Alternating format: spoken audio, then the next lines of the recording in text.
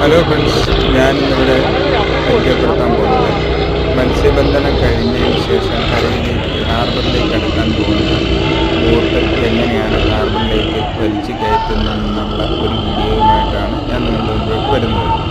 അതായത് ബോട്ട് ദൂരെ നിന്ന് ഇതിൻ്റെ അകത്ത് നിറയെ മത്സ്യങ്ങളുണ്ട്.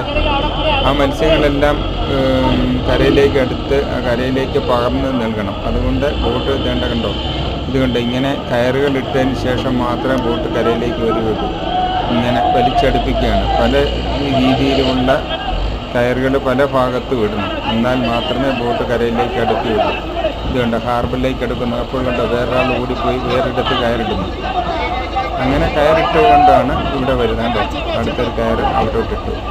അങ്ങനെയാണ് ഈ ബോട്ട് കരയിലെടുക്കുന്നത്. ഇതിൻ്റെ 4 സൈഡ് ടയറുകൾ കെട്ടിയിട്ടുണ്ട്. ബസ്സിൻ്റെയോ കാറിൻ്റെയോ ജീപ്പിൻ്റെയോ ഒക്കെ ടയറുകളാണ് കെട്ടിയിട്ടിരിക്കുന്നത്. കാരണം ഈ കരയിലെ സിമെൻറ്റിലേക്ക് കൊണ്ടത് ഒരയാതിരിക്കാൻ വേണ്ടിയാണ്.